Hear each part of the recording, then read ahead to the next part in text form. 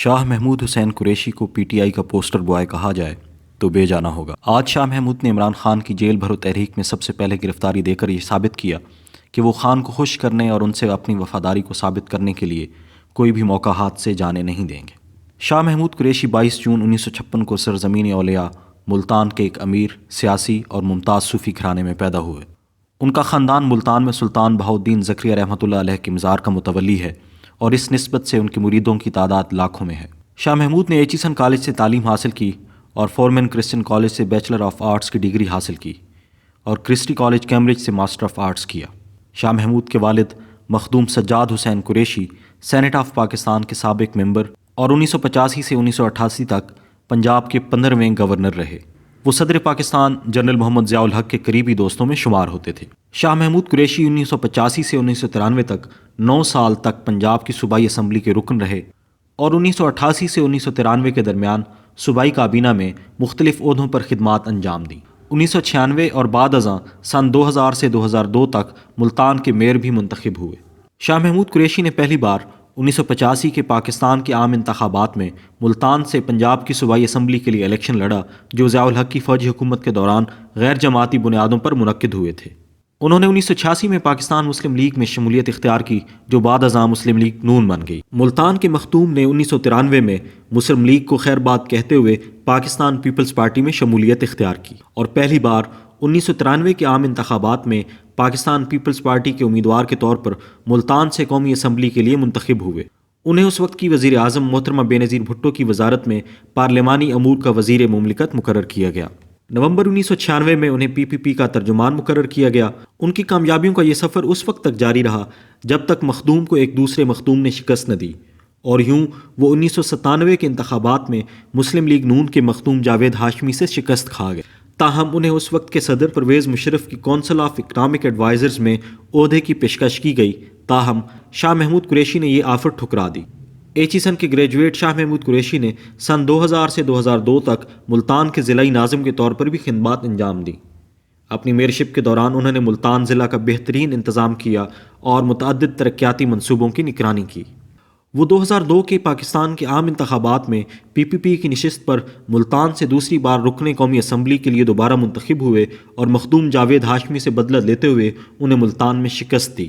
تاہم نون لیگ کی جانب سے اس وقت یہ کہا گیا تھا کہ انہوں نے 2002 کے انتخابات جیتنے کے لیے ملتان کے میئرشپ کے طور پہ اپنا اثر و رسوخ استعمال کیا۔ وہ 2008 کے پاکستانی عام انتخابات میں ملتان سے ایک مرتبہ پھر پاکستان کی قومی اسمبلی کے لیے تیسری بار دوبارہ منتخب ہوئے اور محترمہ بے نظیر بھٹو کی شہادت کے بعد شاہ محمود قریشی پی پی پی کی زیر قیادت مخلوط حکومت میں پاکستان کے وزیر اعظم کے لیے ممکنہ امیدوار تھے۔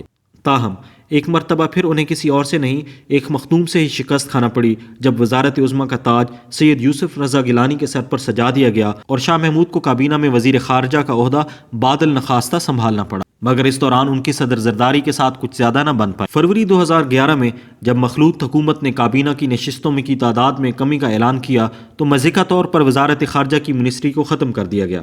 گو کہ موجودہ پی ڈی ایم کی مخلوق حکومت میں یہ وہی منسٹری ہے جس پر آج کل بلاول بھٹو انٹرنشپ کر رہے ہیں۔ فروری 2011 میں شاہ محمود قریشی کو پانی اور بجلی کے وزیر کے عہدے کی بھی پیشکش کی گئی، جس کا انہوں نے انکار کرتے ہوئے کہا کہ وہ خارجہ امور کی جگہ پانی اور بجلی کی وزارت میں دلچسپی نہیں رکھتے۔ بعد میں نومبر 2011 میں شاہ محمود قریشی نے پیپلز پارٹی سے استعفیٰ دے دیا، جہاں وہ گزشتہ 20 سال سے مقیم تھے۔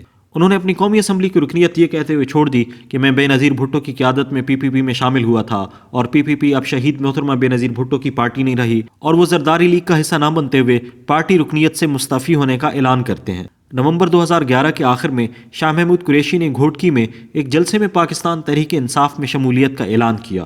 4 دسمبر 2011 کو انہیں پاکستان تحریک انصاف کے پہلے وائس چیئرمین کے طور پر قومی اسمبلی میں اس کے پارلیمانی لیڈر کے طور پر مقرر کیا گیا۔ 2016 کے انٹرا پارٹی انتخابات میں شاہ محمود کو دوبارہ پی ٹی آئی کے وائس چیئرمین کے طور پر مقرر کیا گیا، جو پارٹی کے 3 سینئر ترین عہدوں میں سے ایک سمجھا جاتا ہے۔ وہ 2013 کے عام انتخابات میں بھی پاکستان تحریک انصاف کے ٹکٹ پر ملتان سے دوبارہ رکن قومی اسمبلی منتخب ہوئے۔ وہ 2018 کے پاکستان کے عام انتخابات میں پی ٹی آئی کے امیدوار کے طور پر دوبارہ قومی اسمبلی کے لیے منتخب ہوئے۔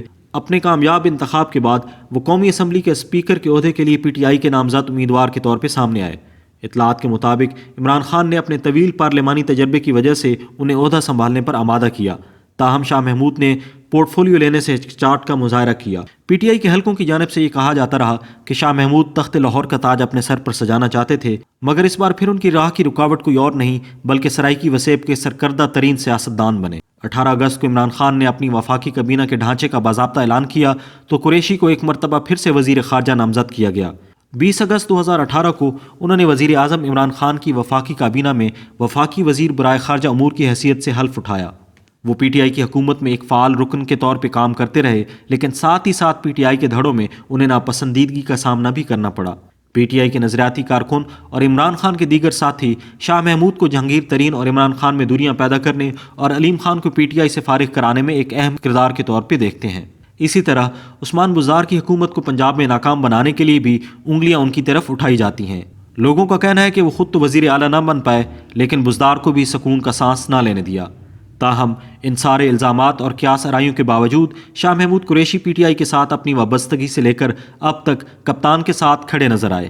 اب دیکھنا یہ ہے کہ ملتان کے مخدوم جیل میں جا کر بھی ثابت قدم رہتے ہیں یا نہیں، اور اپنی اس جیل یاترا میں وہ کون سا ایسا چلہ کاٹ سکتے ہیں کہ جس سے الیکشن کا جن بھی بوتل سے باہر آ جائے اور اس کے ساتھ ساتھ ان کے تخت پنجاب پر بیٹھنے کی خوشخبری بھی لائے۔